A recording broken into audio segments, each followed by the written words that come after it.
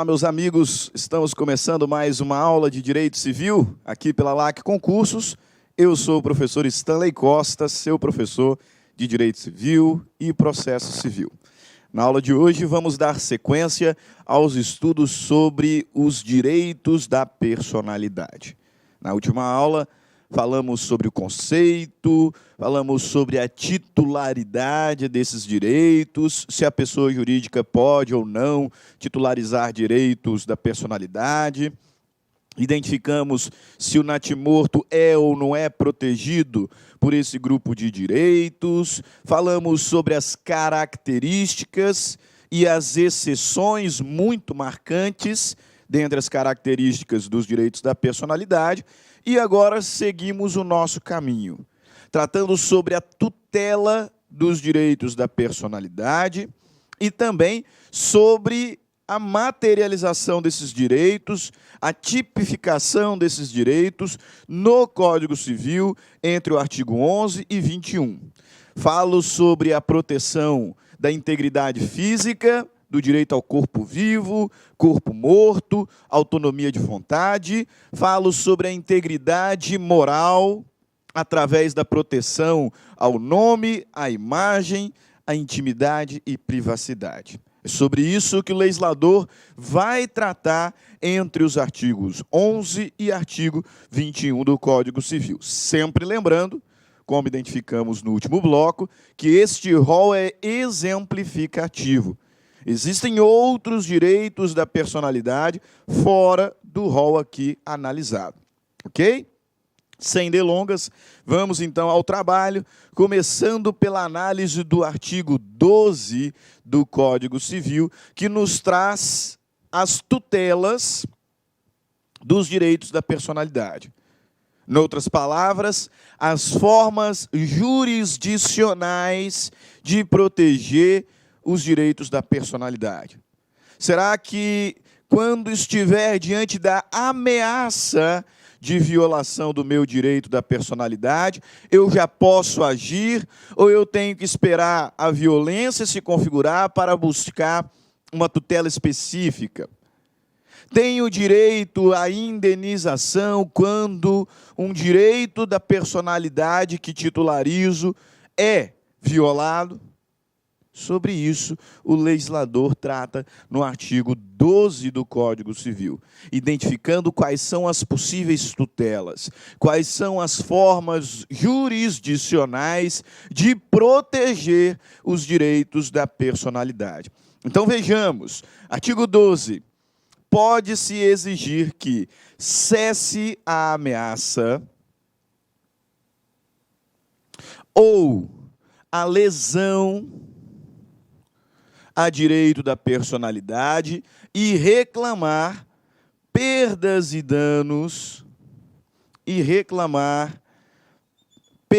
danos sem prejuízo de outras sanções previstas em lei.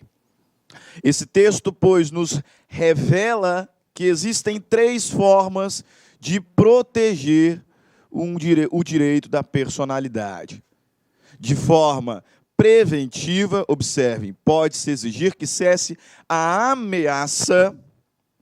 De forma específica, fazer cessar a lesão já configurada e ainda através de verba indenizatória, visto que é possível reclamar perdas e danos em decorrência da violação do direito da personalidade. Portanto, três são as tutelas previstas para a proteção dos direitos da personalidade. Primeiro, nós temos a tutela preventiva, como nos revela a primeira parte do dispositivo legal.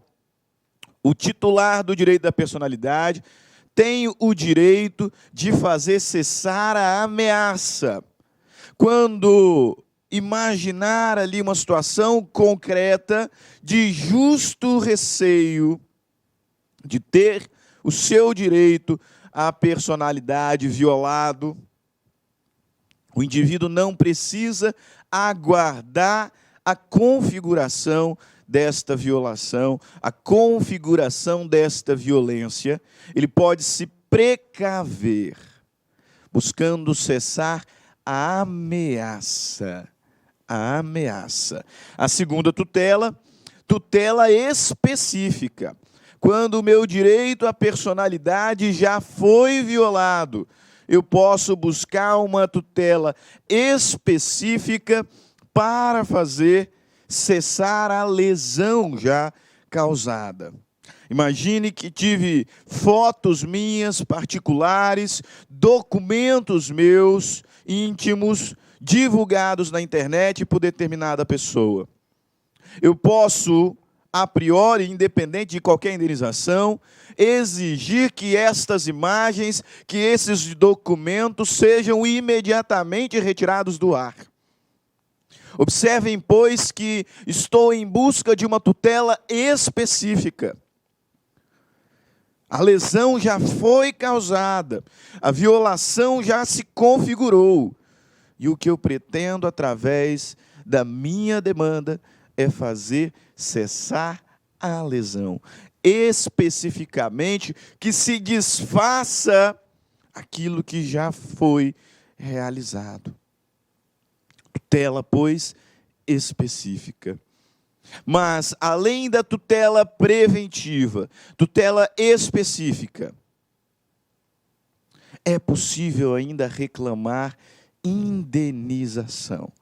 E aqui, indenização por danos morais. Já comentei em outras aulas que a violação dos direitos da personalidade ensejam indenização por dano moral. No bem da verdade, regra geral, quando nós falamos em dano moral, estamos nos referindo a violações, a violências contra direitos da personalidade. Nós sabemos que o Instituto do Dano Moral, de certa forma, foi banalizado, e de fato, mas, ao menos em regra, ao menos na origem, quando nós pensamos em dano moral, estamos nos referindo a lesões causadas a direitos da personalidade. Quando a minha integridade física é atingida, quando a minha integridade moral é atingida, quando a minha integridade intelectual é atingida. Além de buscar uma tutela específica para reparar a lesão, ainda é possível requerer verba indenizatória. Ainda é possível requerer indenização por danos morais. É isso que o legislador identifica no final do artigo 12. Além da tutela preventiva, que serve para fazer cessar a ameaça, quando tem o justo receio de ter direitos da personalidade violados. Basta lembrar casos emblemáticos como aquele da Carolina Dickmann e do Pânico, né? Daquele programa Pânico na TV. Ela estava lá sendo cotidianamente perseguida para calçar as famosas sandálias da humildade, e aí ela buscou uma tutela, além de uma tutela específica, além de uma tutela preventiva, uma tutela reparatória, também uma tutela preventiva. E o juiz, então, determinou que o programa Pânico não se aproximasse dela a menos do que tantos metros de distância. Tutela preventiva. Não é apenas uma tutela para fazer cessar a lesão já causada, mas uma tutela para evitar novas lesões. E aí aprove ao magistrado estabelecer ali um limite geográfico, um limite métrico de distância entre os apresentadores, entre os repórteres do Pânico na TV e a atriz global. E a atriz global. Você se lembra bem que não adiantou muito a determinação judicial, né? Porque os repórteres do referido programa começaram a andar com uma trena na mão, né? Colocava lá e continuavam a pentelhar, continuavam a incomodar, continuavam a desrespeitar a intimidade, a privacidade da atriz global. Chegaram até, a certo momento, montar uma espécie de uma grua, né, de um guindaste, e com um megafone bem distante ficavam lá importunando a Carolina Dickmann. Até que o magistrado proibiu que o programa Pânico se referisse a Carolina Dickmann em sua programação, né, em seus quadros. Proibiu que o nome da atriz fosse proferido no programa. Tutela preventiva. Tutela preventiva, mas também determinou o pagamento de indenização, tutela reparatória. Mas as fotos foram publicadas. Mas documentos foram publicados na internet. Então, faz tirar de lá. Tutela específica. Feito 3 formas de proteger os direitos da personalidade, portanto, são apresentadas no artigo 12. Pode-se exigir que cesse a ameaça ou a lesão a direito da personalidade e ainda reclamar perdas e danos sem prejuízo de outras sanções previstas em lei. Ok? Importa-nos ainda destacar aqui enunciado 140 do CJF e 2 súmulas do STJ que costumam ser cobradas em concurso público, portanto, bastante atenção. Enunciado 140 do CJF vai nos dizer que a primeira parte do artigo 12, portanto, a tutela preventiva do Código Civil, refere-se às técnicas de tutela específica aplicáveis de ofício, enunciadas no artigo 461 do Código de Processo Civil, no novo CPC, artigo 497, devendo ser interpretada com resultado extensivo. Né? Então, em verdade, quando o legislador se refere ali, na primeira parte, à tutela preventiva e à tutela específica, o CJF está dizendo que, para a aplicação dessas tutelas, para a concretização dessas tutelas, deve-se aplicar as técnicas previstas no atual artigo 497 do Código de Processo Civil, que trata ali sobre a execução das obrigações de fazer e não fazer. Por exemplo, determinar uma astrente, determinar uma multa diária para o descumprimento da determinação judicial. É uma forma de, especificamente, garantir o direito da personalidade. Né, também de prevenir a violação do direito da personalidade, é a recomendação aqui do Conselho de Justiça Federal. E 2 enunciados curiosos. Veja, eu disse que a violação de direitos da personalidade implica tutela reparatória, indenização por danos morais. Primeira nota que o STJ nos traz é que são cumuláveis os danos morais com danos materiais. Se o ato realizado pela outra pessoa me causou dano material emergente, fez com que, de alguma forma, sofresse prejuízo patrimonial, além de lucro cessante, deixei de ganhar, e ainda o mesmo ato violou direitos da personalidade, é absolutamente possível a acumulação de indenização por danos materiais com danos morais. Quando nós estudamos sobre responsabilidade civil, nós falamos sobre as espécies de danos. O dano material pode ser emergente, aquilo que efetivamente eu perdi, patrimonialmente falando, ou lucro cessante, aquilo que razoavelmente deixei de ganhar. Mas o mesmo ato ainda violou a minha integridade física, moral ou intelectual. E, portanto, sofri dano moral também. O que a súmula 37 me diz é que eu posso cumular no mesmo pedido, indenização por danos morais e por danos materiais. Se não, vejamos, são cumuláveis as indenizações por dano material, qualquer das suas espécies, emergente ou lucro cessante, e dano moral, oriundo do mesmo fato. Um dos pilares dos direitos da personalidade, melhor dizendo, né, é a integridade física. Então, imagine que num acidente de trânsito, né, o sujeito, em alta velocidade, furou o sinal vermelho e bateu no meu carro. Me causou dano material emergente, porque o meu carro ficou destruído. Me causou dano material lucro cessante, porque eu tive que ficar internado quase um mês e deixei de ganhar dinheiro.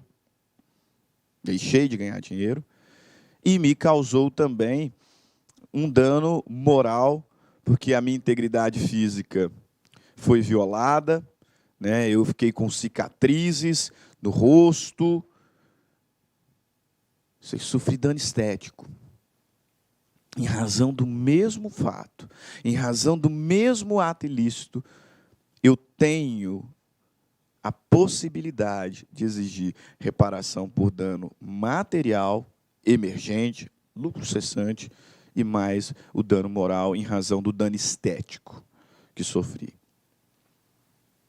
Então, é possível cumular dano material com dano moral. E a súmula, melhor dizendo, 387 do CJF, do STJ, melhor dizendo, vai um pouco além porque ela possibilita a acumulação de dano moral com dano moral. Exatamente, você não está ouvindo errado. Primeiro, o STJ me diz ser possível a acumulação de dano moral com material, e isso aqui é muito óbvio, porque é extremamente comum requerer indenização por dano material acumulada com indenização por dano moral. Extremamente comum. Muito óbvio. Agora, o STJ também nos diz, na súmula 387, que é possível a acumulação de dano moral com dano moral. E você não está ouvindo errado. Acumulação de dano moral com dano moral. Como assim, professor? Basta você lembrar que os direitos da personalidade, eles são analisados a partir de 3 pilares: integridade física, integridade intelectual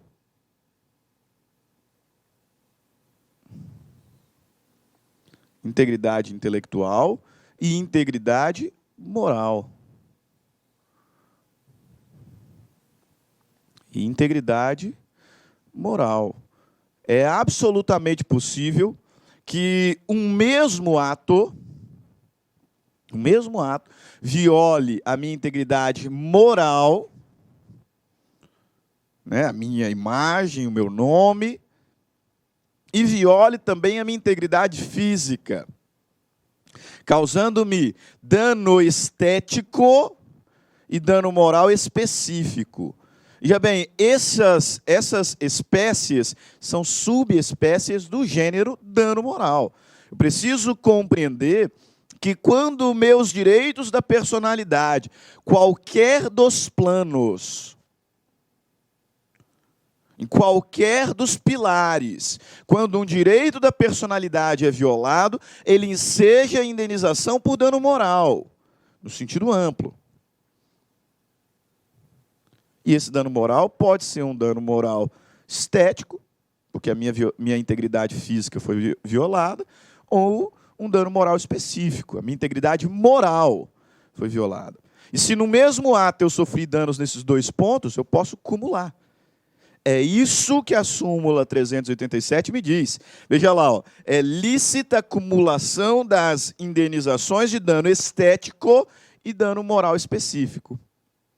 Então, é lícito a acumulação de dano material com dano moral e ainda a acumulação de dano moral com dano moral. Dano moral com dano moral.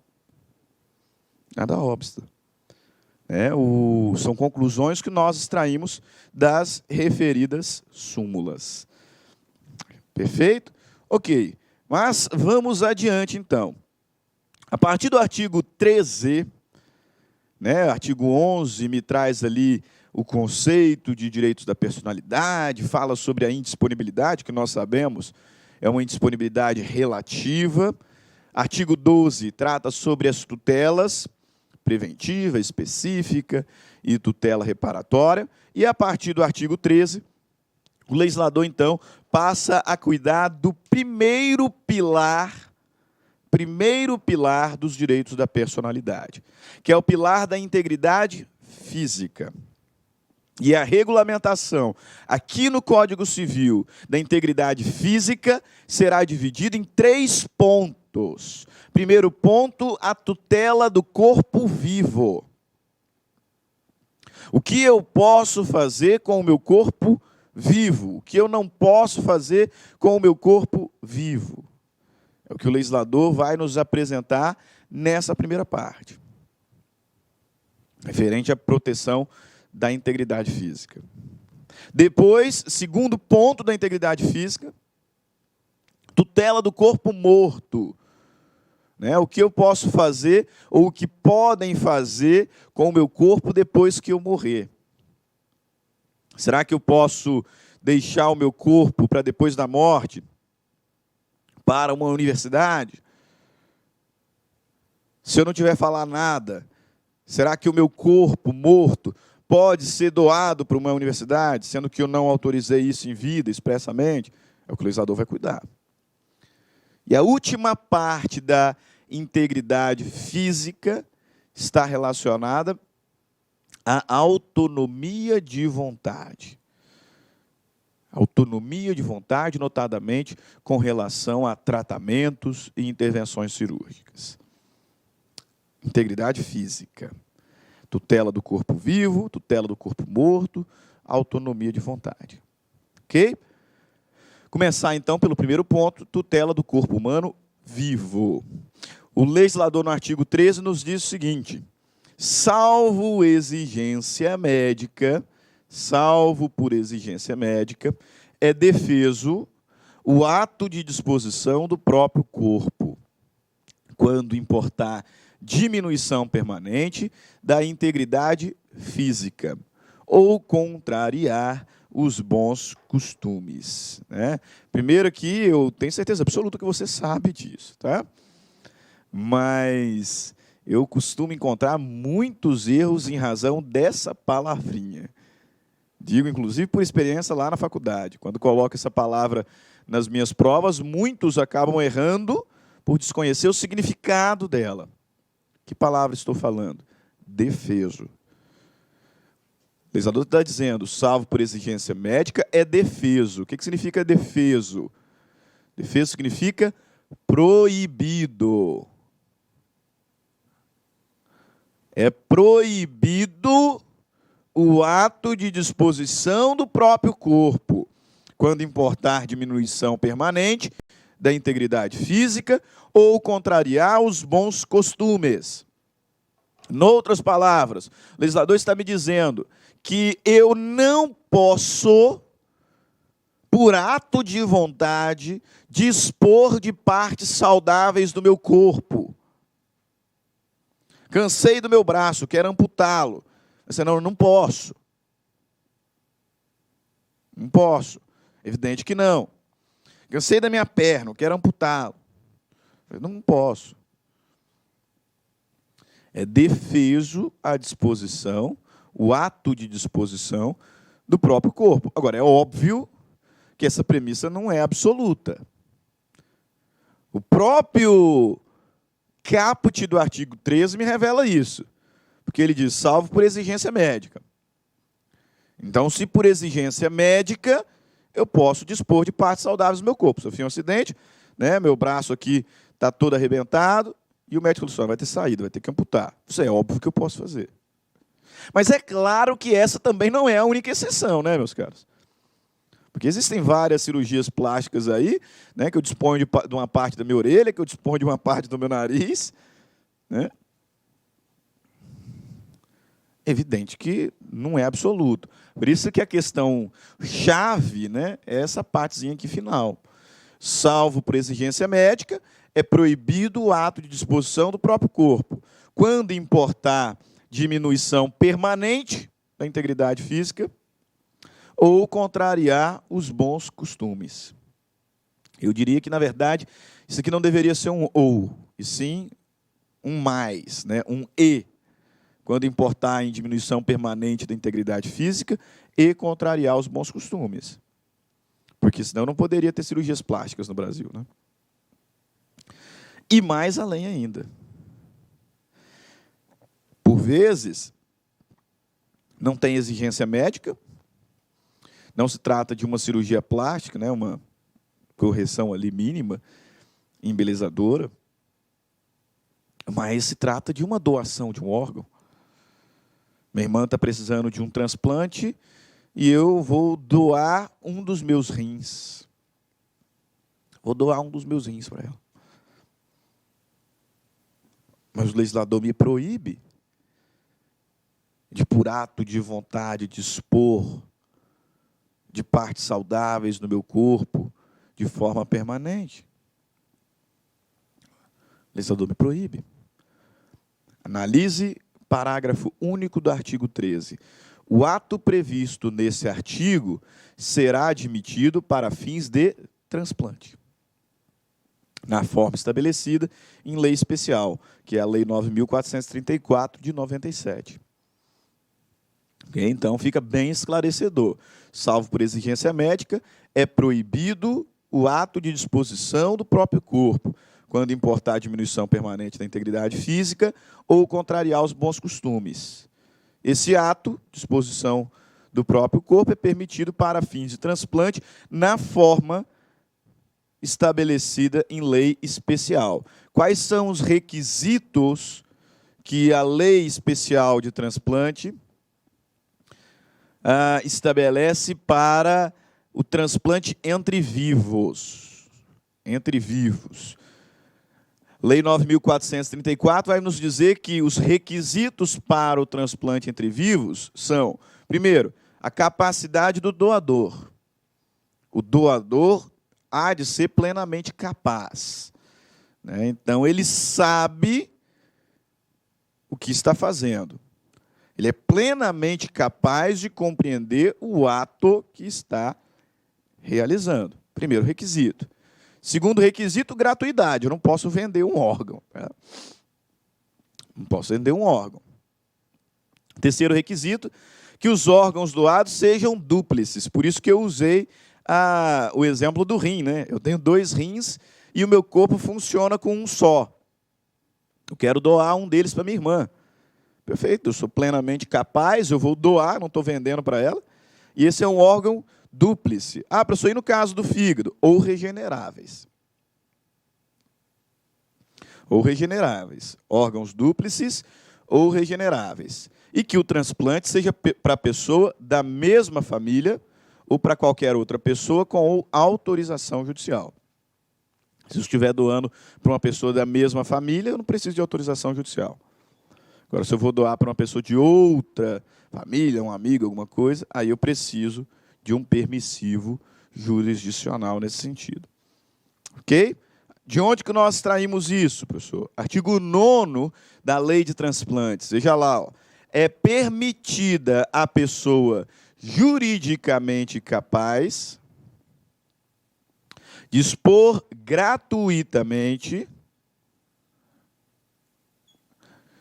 de tecidos, órgãos e parte do corpo vivo para fins terapêuticos ou para transplante em cônjuge ou parentes consanguíneos, cônjuges ou parentes consanguíneos aqui é uma tecnia, né?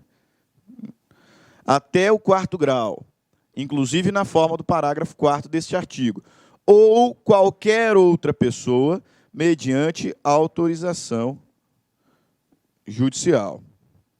Dispensada esta em relação à medula óssea. E aí o parágrafo 3º desse artigo 9º da Lei de Transplantes traz a seguinte disposição. Só é permitida a doação referida nesse artigo quando se tratar de órgãos duplos, de partes de órgãos, tecidos ou partes de corpo cuja retirada não impeça o organismo do doador de continuar vivendo sem risco para a sua integridade. Ok? Então, exceção que nós temos na lei. A regra é de que eu sou proibido de, por ato de vontade, dispor de partes saudáveis do meu corpo. Eu não posso. Ah, cansei do meu braço, eu vou cortar o meu braço. Um dos meus dedos está me incomodando aqui, porque está me atrapalhando a exercer uma função laboral especificamente, né? Eu quero cortar meu dedão. Quero cortar o meu dedinho. Senão, não posso fazer isso. Posso fazer isso. Sou proibido de dispor de partes saudáveis do meu corpo. Agora, essa premissa não é absoluta. Salvo por exigência médica, eu tenho que amputar um braço por exigência médica. Salvo, né, situações ali de embelezamento, né, de cirurgias plásticas regulamentadas, né, com regras específicas. E também hipótese de transplante, observando o previsto na lei especial. Professor, mas aí me veio à mente uma questão. E a cirurgia de transgenitalização? E a cirurgia de mudança de sexo? Porque ali se está retirando uma parte saudável do corpo. Essa cirurgia não deveria ser ilegal, então, já que o artigo 13 está dizendo que não é permitido, né? Já que ele está dizendo que é defeso por ato de vontade, dispor de partes saudáveis do corpo, isso não deveria ser proibido? Não, meus caros. Não deveria, não. Inclusive, o Conselho de Justiça Federal já se posicionou nesse sentido.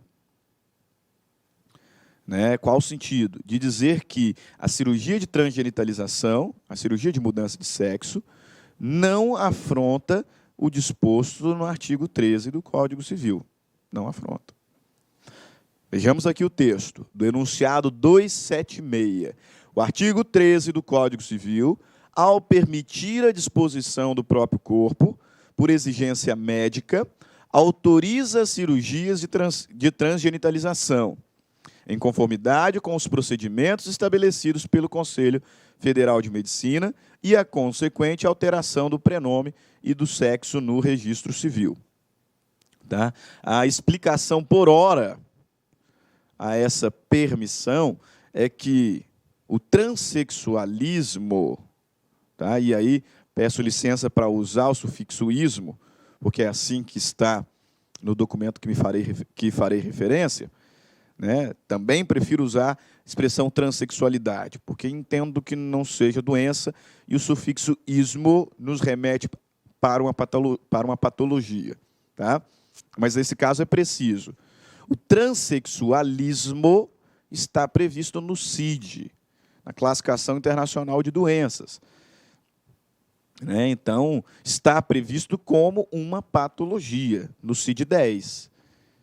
E aí, estando previsto no CID-10, a transgenitalização torna-se uma cirurgia de natureza terapêutica. Então, cumpre com aquela primeira parte do artigo 13, que diz, por exigência médica. Se o transexualismo está previsto, está classificado no CID-10 como uma doença, como uma patologia, a cirurgia de transgenitalização é uma forma de tratamento. Ela não é uma cirurgia apenas plástica.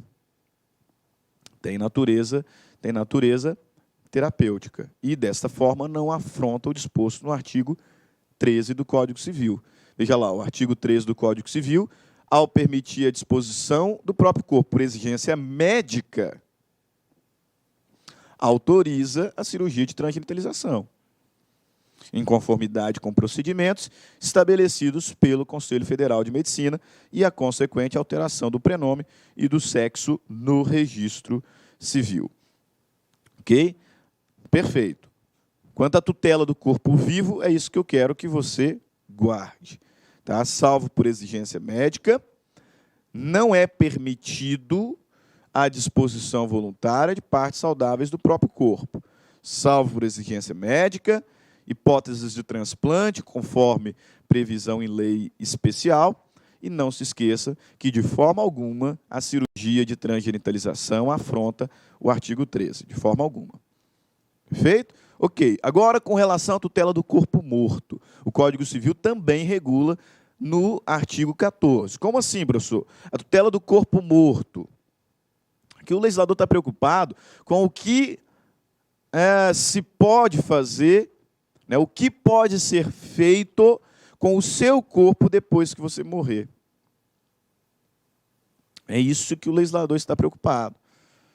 Tá? A violação do seu corpo depois da morte é violação ao direito da personalidade. É violação ao direito da personalidade, não tenha dúvidas. Eu não posso admitir que depois que eu morrer, façam o que quiser com o meu corpo. Não posso, de forma alguma. Então é isso que o legislador vai regular aqui no artigo 14. Veja lá, ó, é válida com o objetivo científico ou altruístico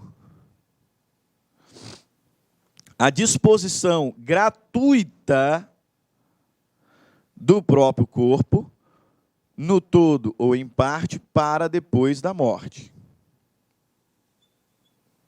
Para depois da morte. Então, veja. É válida a disposição voluntária do próprio corpo para depois da morte. Tá? Então, se eu quiser deixar o meu corpo para uma universidade depois que morrer, não tem problema nenhum.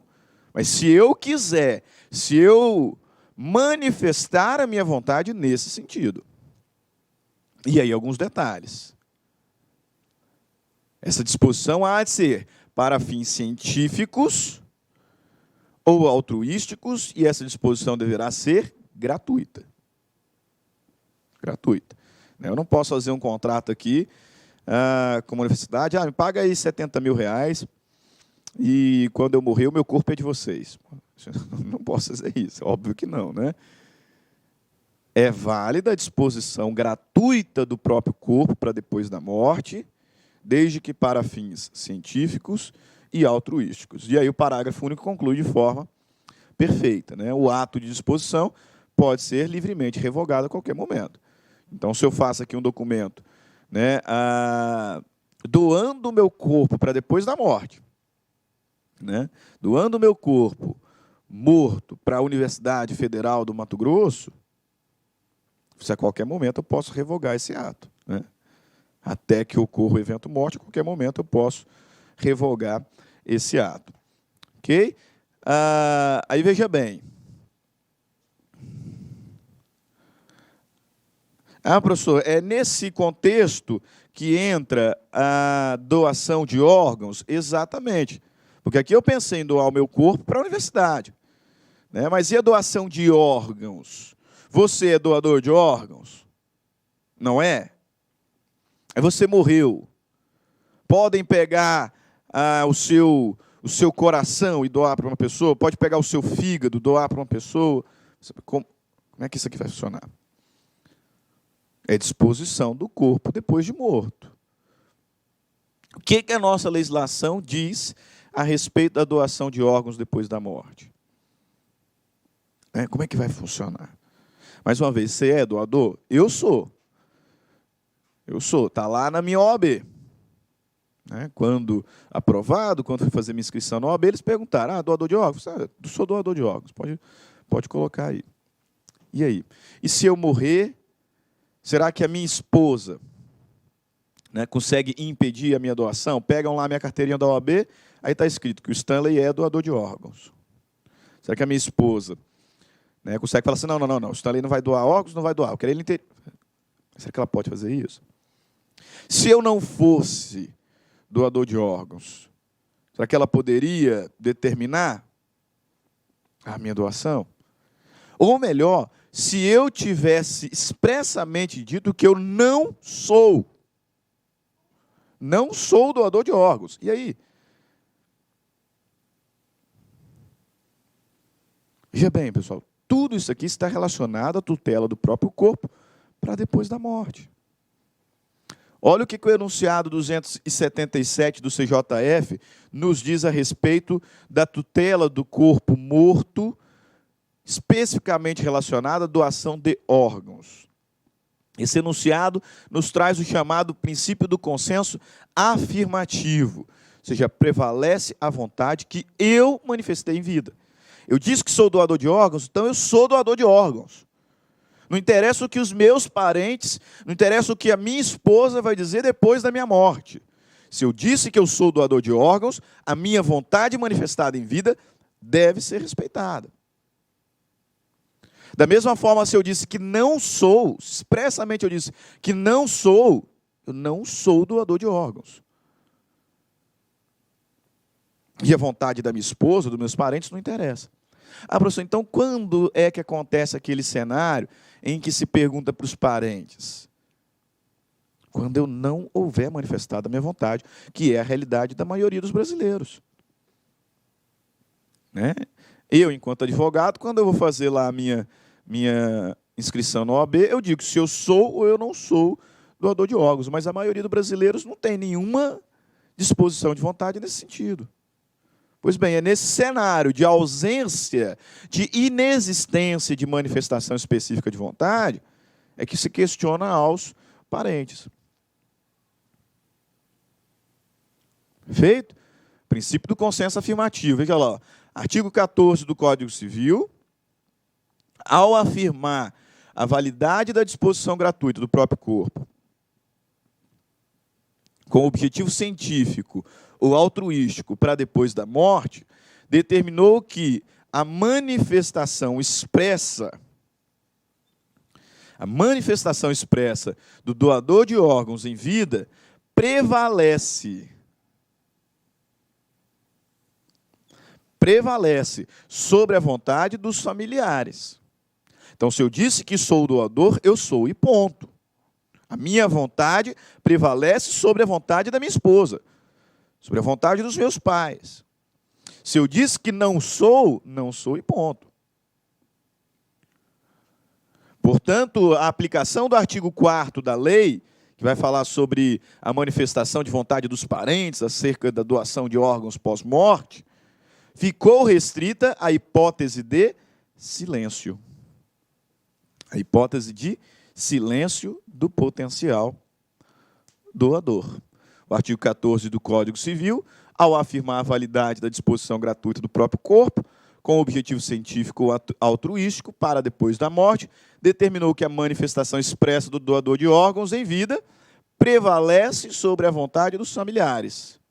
Portanto, a aplicação do artigo 4º da Lei 9.434 ficou restrita à hipótese de silêncio do potencial doador. É o que nós chamamos de princípio do consenso afirmativo.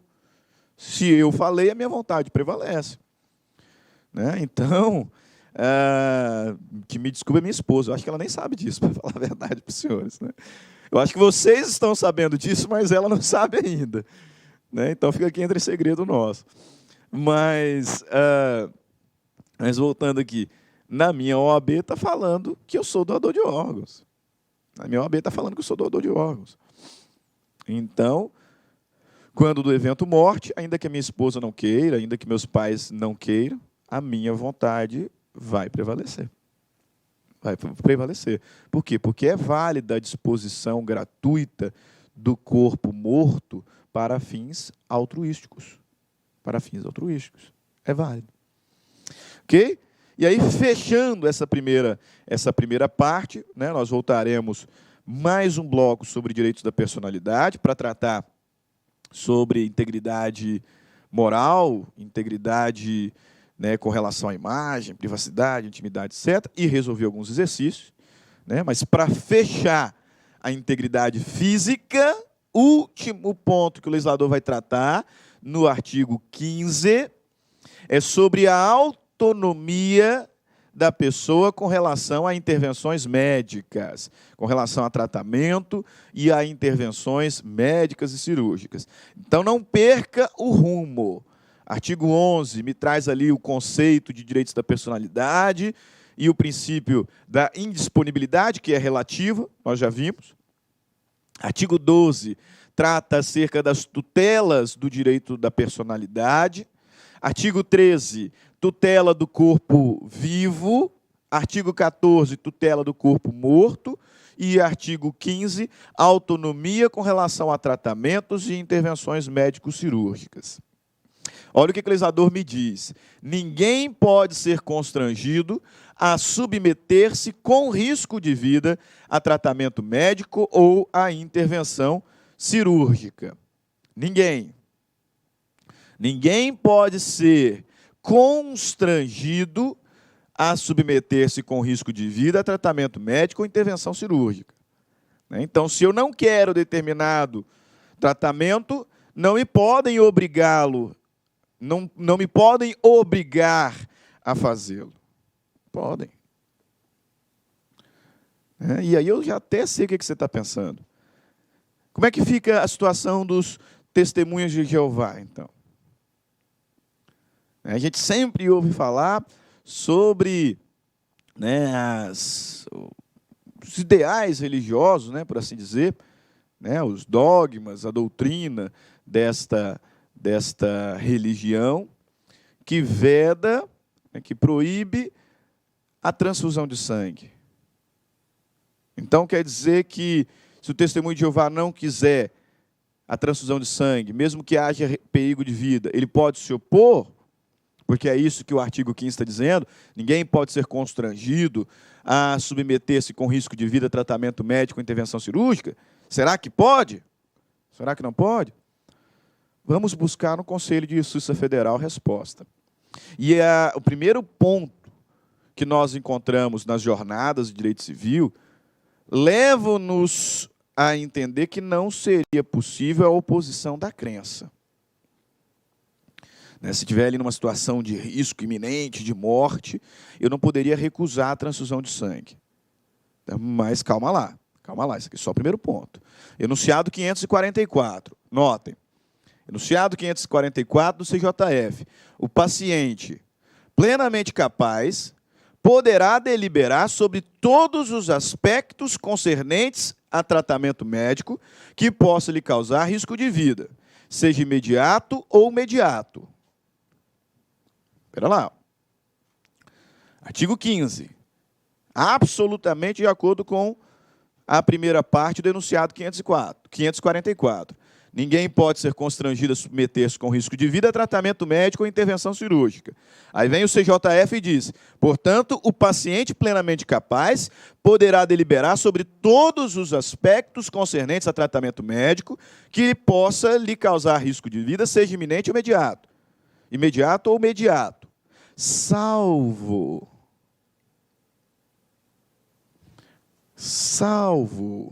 as situações de emergência ou no curso de procedimentos médicos cirúrgicos que não possam ser interrompidos.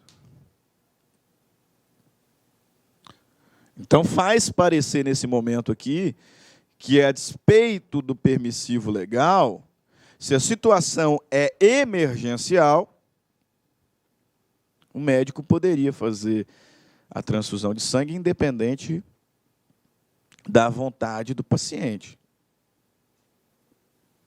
Então, essa é a resposta, professor? Não, não é. Não é porque, ao analisarmos aqui o enunciado 544, que está falando de forma genérica. Eu é que pensei aqui a situação do testemunho de Jeová. Ele está falando de uma forma genérica. Se nós queremos pensar especificamente sobre essa situação, é necessária a análise de um outro enunciado. E aí vai chegar, e aí nós vamos chegar à resposta pretendida. Muita atenção. O direito à inviolabilidade de consciência e de crença previsto no artigo 5º, inciso 6º da Constituição Federal, aplica-se também à pessoa que nega tratamento médico, inclusive transfusão de sangue, com ou sem risco de morte, em razão do tratamento ou da falta dele, desde que observados os seguintes critérios. O que o Conselho de Justiça Federal está dizendo aqui? Que, nesse caso específico, a oposição de crença é válida. A oposição de crença é válida. É isso que o Conselho de Justiça Federal está nos dizendo. Tá? Porque eu tenho previsto no artigo 5º, inciso 6º da Constituição Federal, o direito à inviolabilidade de consciência e da minha crença. Eu tenho. Ainda que isso possa implicar numa situação de risco de morte. Mais uma vez, o direito à inviolabilidade de consciência e de crença, previsto no artigo 5º da Constituição Federal, aplica-se também. Aplica-se também. Então, eu posso opor consciência e crença quando se tratar de pessoa que nega tratamento médico, inclusive transfusão de sangue, com ou sem risco de morte, em razão do tratamento ou da falta dele. Tá? Ok? Então, a despeito do dever do médico de salvar, né, de buscar, de fazer o possível para salvar a vida, né, do dever do médico com relação à beneficência e não maleficência, a despeito disso, se o indivíduo estiver num risco iminente de morte e dizer que não quer a transfusão de sangue por uma questão religiosa, por uma questão de crença, o tratamento não deve ser feito. A transfusão não deve ser feita, ainda que envolva risco de morte. Porque o indivíduo tem direito à inviolabilidade de consciência e crença, conforme o artigo 5º, inciso 6º da Constituição. Mas não é qualquer situação. Existem requisitos para a oposição de crença. Quais são? Primeiro, capacidade civil plena. Capacidade civil plena. É permitida a oposição de crença para impedir o corpo médico de realizar a transfusão de sangue, se preenchidos os seguintes critérios. Primeiro, capacidade civil plena, excluído o suprimento pelo representante ou assistente. Ou seja, aqui o paciente tem que ser plenamente capaz. E a oposição de crença não pode ser feita por representante ou por assistente. Então, se eu estou diante de um absolutamente incapaz, faz a transfusão. Não interessa se os pais concordam ou não concordam. Porque a oposição de crença não pode ser realizada mediante representação. Não pode. O indivíduo tem 15 anos, sofreu um acidente e precisa de transfusão de sangue, não interessa se os pais falaram, não pode. Vai fazer. É o que o CJF está dizendo, tá? A gente vai encontrar várias situações específicas de jurisprudência fora, mas aqui o CJF está dizendo. Primeiro requisito, capacidade civil plena, excluído o suprimento pelo representante ou assistente. Se o indivíduo tem 17 anos, faz também. Ele não tem plena capacidade e não cabe aqui assistência. B, manifestação de vontade livre, consciente e informada. Então, o indivíduo é plenamente capaz e, naquele momento de oposição, ele tem pleno conhecimento do que está falando. Ele foi informado sobre as consequências da oposição. Sabe o que significa deixar de fazer a transfusão. E C, oposição que diga respeito exclusivamente à própria pessoa. Por isso, mais uma vez, a oposição não pode ser por representação ou assistência. A própria pessoa do paciente está dizendo, por questões religiosas e considerando a inviolabilidade da minha crença, eu não quero fazer o tratamento. Sou plenamente capaz, sei das consequências da minha manifestação de vontade, estou deliberando sobre o meu próprio corpo, sobre a minha própria vida. Perfeito? Então, nesse cenário aqui, será possível a oposição de crença.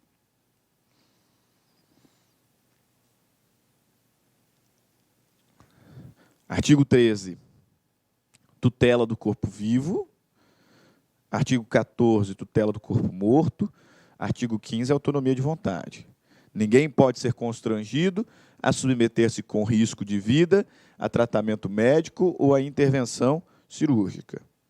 Então, qualquer tratamento médico,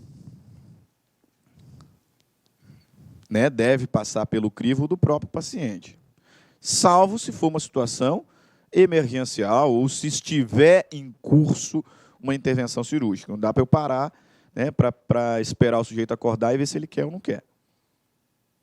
Mas aí, especificamente, quanto à oposição de crença, lembre-se que é autorizada a oposição de crença, ainda que envolva risco de morte, desde que o paciente seja plenamente capaz, porque não cabe representação ou assistência aqui, desde que o indivíduo tenha livre e informado conhecimento do ato que está manifestando, e desde que o paciente esteja falando sobre si mesmo. Feitos são os requisitos para a oposição de crença, a fim de impedir determinado tratamento médico, inclusive transfusão de sangue. Perfeito? Ok. Então, nós terminamos aqui esse bloco, voltaremos daqui a pouquinho para tratar sobre a integridade moral, direito à imagem, direito ao nome, direito à intimidade e também resolver algumas questões de concursos anteriores. Te vejo daqui a pouquinho. Até mais. Tchau, tchau. Clique like.